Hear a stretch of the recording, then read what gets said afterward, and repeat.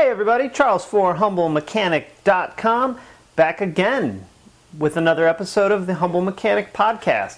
This is podcast episode 9, and today we're talking about customer pay work versus warranty work, and just so I don't forget, extended warranty work. It's kind of the best of both worlds, but we'll get into the breakdown of all that here in a little bit.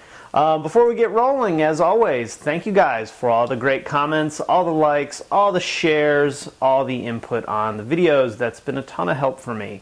Quick update on the audio-only versions. I've actually uploaded almost every episode now, so I will later today probably be submitting it to iTunes for approval. And once that happens, I can pretty much just download all the episodes into iTunes or upload or transfer. I'm not sure what the right word is, but we'll get them on iTunes, and that way you guys can listen to the show, and if you don't have the time to dedicate to watch.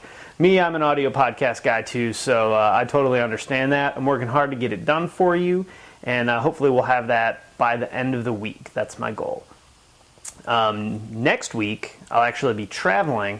I should still be able to have shows for you guys almost every day. There's one day that might get a little squirrely, but I'm going to be traveling up to Virginia for an ASE thing. That should be a ton of fun. I'm really excited about that. I get to see my buddy Chris up at ASE and hopefully learn a bunch of stuff about air conditioning, throw my input in on the ASE tests, and sort of learn that process and what happens. So that should be ultra cool. I will be posting a ton of stuff while I'm up there, pictures and whatnot, so hopefully keep you guys engaged with what's going on up there. If you have any ASE questions, now's probably the time to submit them so that I can try and work that into what's going on up there and get you guys' questions answered. The week after that, I don't know if me saying I'm excited really encompasses how I feel about it. I'm going to be traveling back to Texas, this time to Austin, Texas, for a Ferrari F1 race. I'm super excited. You know, I could beat it to death probably during the whole show, but just be looking for a bunch more coming out on that here in the next few weeks. Once I get the itinerary, I'll update you guys on what's going on and try and work some really cool content there. There's a couple other folks that are going as well, and we're trying to work something out to do a really cool project for you guys. And if that works out, man, you guys are going to be blown away, and it's going to be a ton of fun. So today we're talking about basically customer pay work versus warranty work. And again, we'll throw extended warranty work into sort of at the end. We talked about in the flat rate video a little bit how customer pay work and warranty work vary quite a bit.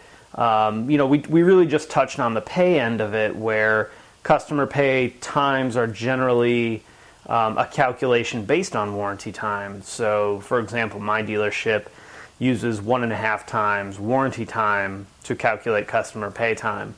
So that means if a job pays 1 hour under warranty, we get paid 1.5 hours customer pay time. And that's really standard throughout the industry. 1.4 to 1.7 is sort of the norm across the board. So don't feel like my dealership's doing anything different than anybody else is doing when I tell you guys that. But I want to break down some of the pros and cons of both the customer pay work side and the warranty work side. If you have any experience in any of this kind of stuff, again, don't hesitate to throw a comment down in the comments and let everybody know how you feel about them. A lot of guys hate doing warranty work. I'm mixed on it. There's some warranty work that I really like to do. There's some customer pay work that I don't like to do. So we'll try and break down the pros and cons of each throughout the day, so you guys understand a little bit better of sort of where some technicians really lie in the warranty work versus customer pay work. So let's start with customer pay. I would say the biggest pro to customer pay work is the times are more. I mentioned it a minute ago. Almost all the time to all the time, customer pay times are going to be higher than warranty times. Again, some type of calculation of a warranty time, generally 1.5 times. If you stick with 1.5 times in your mind, we'll kind of use that as the barometer, so to say. But higher times. Usually when we're doing work, we're doing easier work, we're doing maintenance work, we're doing repair work. Timing belts, for example, I don't know that I've ever done a timing belt under warranty. I've taken several off to replace water pumps, and when you compare, let's say, a water pump under warranty versus a water pump customer pay, the time is, hugely different, and it makes doing a water pump really fun under customer pay and kind of lame doing it under warranty time. So the jobs are easier and the times are higher. There's usually less paperwork involved in customer pay work. Not that there's no paperwork, because there's always paperwork involved. I would say we do way more paperwork than people really understand.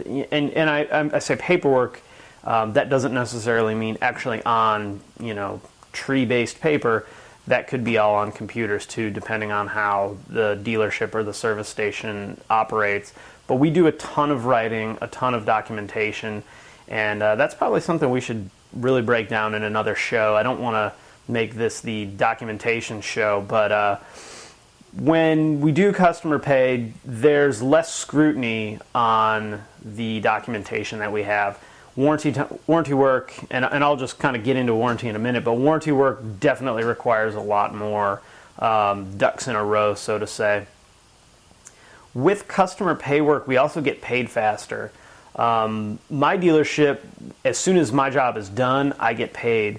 The service advisors, however, they don't get paid until the ticket is closed down. So a customer pay ticket would be closed when the customer pays the bill. A warranty ticket may not be closed for a week to 2 weeks, depending on, are we waiting for some sort of approval, or did the claim get submitted to the warranty company, being the manufacturer, and something flag it to be reviewed further or whatever. So you generally get paid faster under customer pay time. And there's also no parts to turn in unless there's a core charge. For those of you that don't know, a lot of parts like starters, alternators, water pumps have what's called a core charge, and that basically means after we replace the part, we send the part back, and those parts may be remanufactured or recycled depending on what it is. Most of the time, starters, alternators, things like that get rebuilt and resold as remanufactured units. There's probably a couple other pros to doing customer pay work, that's just off the top of my head I'm not thinking of. Customer pay work isn't always maintenance. Now that with Volkswagen especially, we're coming out of free maintenance. We have had free maintenance for a long time, since 2009. The 15s are actually coming off free maintenance, other than I think the first service. They've cut back the free maintenance amount of time. But for the most part, when we're doing customer pay work, it's, again, maintenance work, it's repair work, sort of the better quality work that technicians like to do. But there's some cons to customer pay work. It's not all sunshine and roses and hearts and flowers. You have to sell the work to the customer. It's something that can be a big time struggle. Fixing cars is very expensive from a customer standpoint, and a lot of times customers are paying for things that aren't necessarily a repair. Think of the last time you had your oil changed, especially if you're up on your maintenance properly. Your car didn't run better. The only thing you noticed differently about your car after the oil got changed was, hopefully the sticker in the windshield is different. And hopefully maybe the washer fluid light went out because they've topped off your fluids. But, a lot of times customers are paying for things that they don't know anything, they don't see a direct result. New tires, on the other hand, the drivability difference between really worn out tires and a brand new set of tires can be night and day. But again, oil changes, who notices the difference? So it has to be sold. It's expensive. Customers a lot of times don't see a direct, return on that $100 or $200 that they just spent. They might see a slight tick up in fuel economy, but the customer that takes really good care of their car may not see any change at all. And parts are expensive. Gosh, we working for a German car manufacturer, you look at some of the parts prices and you think $150 for this little bit of a part or whatever. And sometimes it's mind-boggling when you look at how expensive some of these things can be. And it takes time. It takes time to sell that work, especially on a car that, say, a customer drops off, leaves for the day, which is awesome. I really recommend that if you can. But let's say I write up a customer pay ticket at 8 o'clock. The customer maybe doesn't get into work till 9. Meetings throughout the morning. We may not get in touch with the customer till after lunch, and that's actually a really reasonable expectation of time. So now that car is sat at the dealership for 4 hours waiting for authorization for a repair that, it could be a simple 20-minute repair, but surely you can't be doing a customer pay repair on a car without authorization first. So, sometimes waiting for that authorization can even take days, and from a technician standpoint, that gets frustrating. The only time it's unbearably frustrating almost is when you have to disassemble the vehicle in order to make a proper diagnosis. And speaking of diagnosis, it gets dicey when you're diagnosing a car customer pay, and a lot of times service stations and dealerships, they'll sell diagnostic in hour increments. So the initial diagnostic is, say, 1 hour, which call it $100, and that buys you essentially 1 hour of my time. A lot of times we can figure out what's going on with your car in 1 hour. A lot of times we can't. And when you're dealing with a really weird problem, customer pay, you may need more than 1 hour diagnostic. Now, a lot of guys will actually do more than 1 hour's worth of work. For me, I don't watch the clock and at 1 hour stop and say, I'm not going to do anything else until the customer provides more time for us. But, when you're creeping in an hour and 40 minutes and you've only been paid 1 hour, it's time to stop and take a step back and get some more time from the customer. And it's twofold. A lot of times customers don't understand why a technician hasn't found the problem with their car in 1 hour. And I have witnessed service advisors do a really bad job of explaining why we need more time. But to be fair to service advisors, I've seen technicians do a really bad job of explaining why they need more time. It comes in I haven't figured it out, so I need more time. And that's, the technician will say that to the advisor. The advisor will try and get that from the customer, and everybody kind of failed on that. We'll do a whole show about how to get more diagnostic time and how to explain that to a customer, and how as a customer, you can understand what maybe the next step would be and why we would need more time. But so you see customer pay, it's great, we make more time, but there are some negatives to it. It's not all sunshine and roses. So when it comes to the diagnostic stuff, there are a lot of times where having a ticket customer pay can be worse than having it warranty. I don't want to be doing water pumps under warranty, but heck, I almost would rather diagnose a car under warranty rather than customer pay. That actually does move us very nicely into talking about warranty. So this is going to be the manufacturer's warranty. Again, extended warranties, the warranty that you buy when you buy the car used.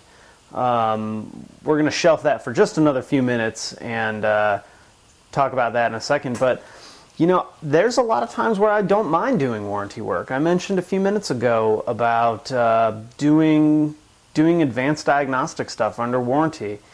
And getting more time under warranty for diagnosis is quite a bit easier than doing it customer pay. I would say you have a much better chance of getting your diagnostic time under warranty than you would customer pay if it's a really complicated problem or you find multiple issues, which is actually as common as having really hard problems. So getting the diagnostic time is really easy, and yeah, you got to do your part, and that can be a con and a pro. But the potential for me to go to my service manager and say, hey, service manager, here's all the stuff that I did to diagnose this car under warranty. Can you help me out with the time? And he'll look at my paperwork.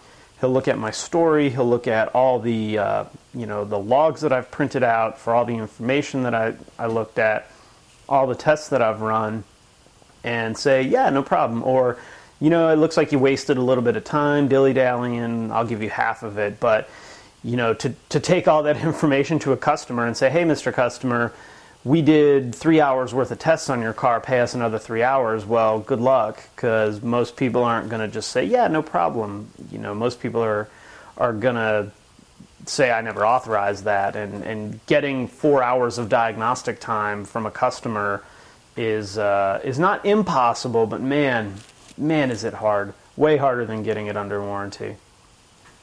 I would say the best part about warranty is customers don't pay for it.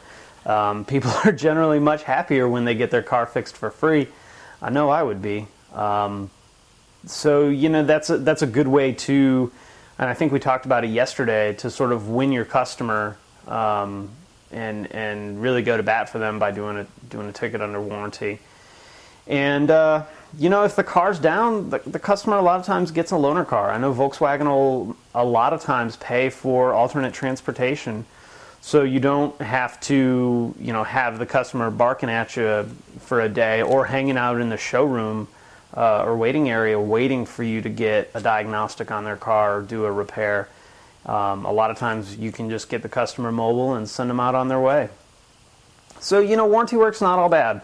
A lot of guys really, frankly, bitch about it all the time, and I understand. It gets frustrating sometimes, especially when you're doing a job that you look at the labor time and you're like, what the hell were they thinking? This is ridiculous. Or, it's a really hard job that should pay to take off another part, but it doesn't.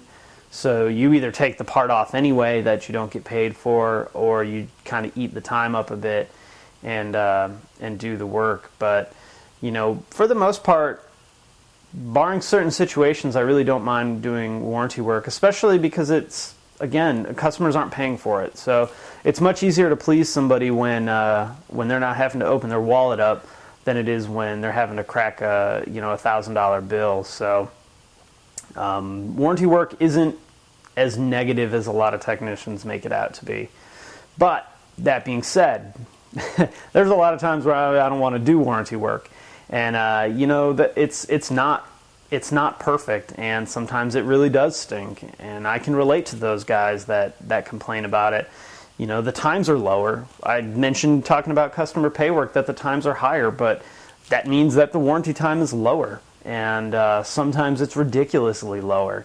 And nobody wants to do a job for the same job for 50% or a reduction in pay, but the truth of the matter is that's why you're there, and this is one area where the aftermarket, I think, has an advantage, that they don't do warranty work.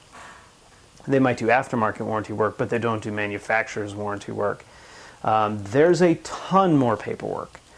The amount, again, I said it before, the amount of paperwork that technicians do these days is sometimes overwhelming. Take diagnosing a check engine light on a Volkswagen. We have required a full printout, so we have to scan every module of the vehicle, not just the module with the problem, the ECM, engine control module.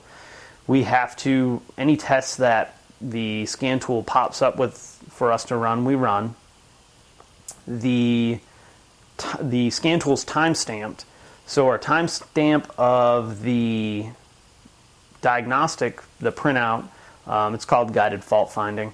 The timestamp of the guided fault finding has to match the timestamp of the computer. We also have to make sure that if we stop and have something to drink or go to the bathroom, that we stop, we punch off the job or punch onto break, go do what we got to do, come back, punch back on.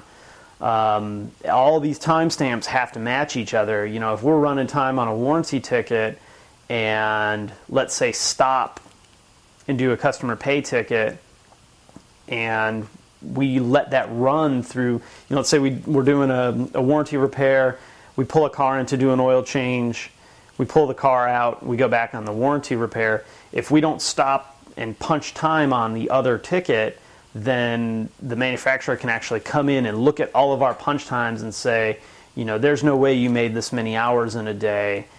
You know, you did this ticket in the same amount of time that you were punched on this other job. There's no way that can happen. We back flag you or take money away from the dealership because you didn't have all your ducks in the row. So the paperwork end of it is very, very, very detailed. Now, again, I mentioned in the pros where you can justify more time and you can get more time, but if you don't have your paperwork dialed in, you know, you can pretty much kiss that time goodbye. And you know, that's one area that a lot of technicians really lack in is the ability to have that documentation 100% proper, punch times, you know, the punch time in the scan tool right, actually doing the work while you say you're doing the work. There's things with parts that we have to do when they're under warranty that we don't under customer pay. Putting codes in, returning every part under warranty instead of just things that have core charges. You know, the stories really do have to be more detailed. Now, if you're good, you'll commit the time to give the customer that same story, but Volkswagen specifically, and I must assume that, you know, at least all the other European manufacturers are sticklers about what you write and expect to have a very detailed, very proper, concise story about the repair that you did in you know, in the notes that you put. So it can get dicey, and you know, even if you have all your ducks in a row, there's always the chance for the manufacturer to come and audit you. And I was talking to one of my service buddies, and he said one of our BMW stores got $100,000 taken away or something like that. Some, you know, astronomical amount that basically BMW charged the dealership because of, you know, little tiny nitpicky issues that if it were customer pay work wouldn't have been an issue, but BMW has a very high standard for what they're looking for, just like Volkswagen does, and they wound up getting charged back $100,000. So, you know, imagine being a dealership and having to pay a $100,000 bill, and nobody wants that. You know, that can cost GMs their job, service managers their job, technicians their job, and can lead to a really dicey situation. There's the last thing that I've kind of been poking at throughout the episode, and that's aftermarket warranties. And aftermarket warranties can be really cool. A lot of times it's more pay than regular manufacturer warranty, so a lot of times it'll be somewhere in the middle of a full customer pay job versus a full warranty job, which is awesome. You know, it's not quite as bad as warranty, it's not great like customer pay, but it's a good middle ground. There are some negatives. A lot of times it takes longer to get authorization. I know, like for me and the way I do it, I write up the ticket. I have to get alternate parts pricing because a lot of aftermarket warranties get a discount on parts. So I write it up, I give it to the advisor, my advisor calls and, you know, has to explain the whole thing to them. It's really a lot more involved in the selling aspect of it than even with the customer, because they have a certain expectation of what a sale will look like. So they have all the information that we have, so they'll go in and look at codes and look at parts prices, and sometimes there's back and forth, and it can be a pain in the butt for the person calling it in, but for the most part, it's covered, and you get authorization, and you know, you rock and roll. The customer may not have to pay anything. There may be a small deductible, you know, $50, $100, but heck, if you got a $1,500 bill and you only have to pay $50, I would call that money well spent on buying that aftermarket warranty. The only time it really gets bad, I would say, with an extended warranty is when they send an inspector out. And this has actually happened to me quite a bit because, again, a lot of times Volkswagen repairs are pretty expensive. I know I had one guy, man, this guy was such a jerk. It was a Touareg that the customer brought in for a front end noise. I diagnosed it. It was the front differential was screaming loud. And the inspector comes out, we go for a ride. He's like, I think it sounds like a wheel bearing. I'm like, all right, we go through our diagnostic. I kind of walked him through what I did, and he's like, no, man, I think it's the wheel bearing. So me not really wanting to be one to argue with the guy, because that really wouldn't get me anywhere, I told him okay, and he wrote it up as a wheel bearing, and I put a wheel bearing in it. And would you believe that it wasn't the wheel bearing? So he sort of had to eat crow on that one, and I wound up putting a differential in it, and lo and behold, the noise was gone. But that pushed that repair out 3 weeks because, he didn't believe my diagnostic. We had to wait for him to come out multiple times. One negative of an extended warranty that I actually just thought of is they don't always guarantee you a brand new part. So if you're using an extended warranty company for a repair, make sure that it's in your contract and you understand whether or not you're getting a brand new part or a junkyard part. Remanufactured parts a lot of times are fine, especially if they come with a warranty, but I have seen aftermarket warranty companies and insurance companies both not want to replace new parts with new parts. They'll use junkyard parts or something like that. So it's kind of a side note, something to be aware of. But extended warranties are cool. There's some really great ones out there. Any of them that are underwritten by CNA are fantastic. Those guys are awesome to deal with. A ton of stuff is covered. Unless the bill is like over $2,000, they don't send an inspector out. We have a great relationship with them, so it's really easy to get authorization for a repair, and customers love it because a lot of times it's either $0 or $50 for the deductible. And it's a really great feeling when you can get a car fixed. The customer has to pay little to nothing. I get paid all the time that I should. And the advisor gets paid, everybody wins, and the customer actually gets to utilize that warranty they spent a bunch of money on. So extended warranty work could be the best of both worlds. Again, there's a few hiccups in the road sometimes, but man, overall, I don't mind doing extended warranty work at all. So, we covered a lot. We covered a lot about customer pay, about warranty, about extended warranty.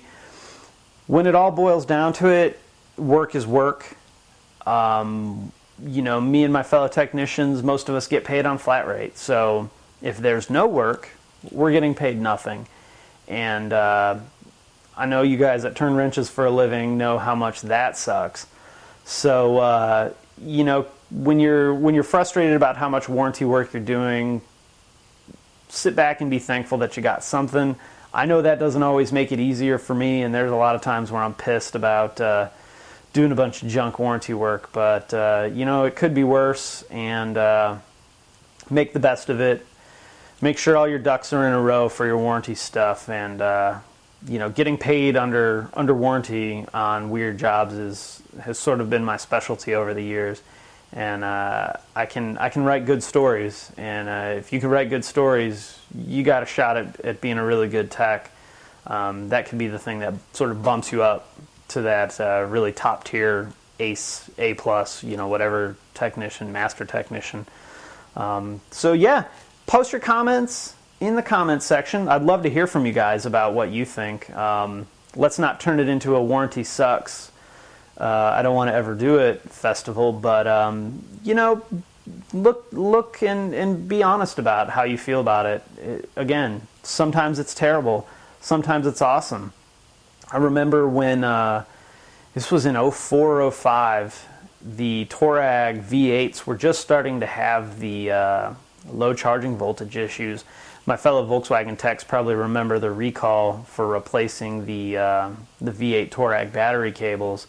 And man, that first one that I did, I went round and round with it. I spent about half the day on it, Well, before I wrote the story, I looked up what was involved in taking that out, and it turns out it paid to pull the engine. So I think that first one I did, I got 16 some odd hours for a job that I spent a little less than half the day on. As time went on, Volkswagen found out how you didn't need to pull the engine out of the car, and I think they bumped that time down to about 3.5 hours, which still wasn't terrible, but man, it was nowhere near as good as that first one that I did. But just a little side story there. Anyway, post your thoughts in the comments below. I love to hear from you guys. Reading your comments is awesome. I try to reply to them as fast as I can. Sometimes YouTube is weird and won't let me reply directly to a comment. Facebook has been great in the direct replies. On the blog, I always see the comments, so I try and reply to them as fast as I can. It's cool to hear other technicians' experiences, or customers' experiences on what they've had go on. Do you prefer one or the other? Is warranty work really not that bad? I don't know. It's a mixed bag, I guess. I'm going to wrap up there. Thank you guys. Feel free to share the video with anybody that you think might be interested in. That's always awesome. I really appreciate that. Welcome new viewers, new listeners. I should have probably done that in the beginning, I guess. But happy to have you guys here. It's awesome. If you're new, post that in the comments and tell me that you're new. Tell me this is your first Humble Mechanic video that you've seen, and I'll throw you a thank you. That's really cool. Thumbs up the video. That's awesome. Share it. Subscribe. Follow me on Facebook, on Twitter, on Instagram. I love all three of those. They're all a little different. Instagram is probably my favorite. It's probably the most fun anyway. I like the interaction on Facebook a lot too, and Twitter's great. I just struggle to keep up with Twitter sometimes. But anyway, guys, this has been Charles for HumbleMechanic.com. Thanks for watching, and I will see you next time.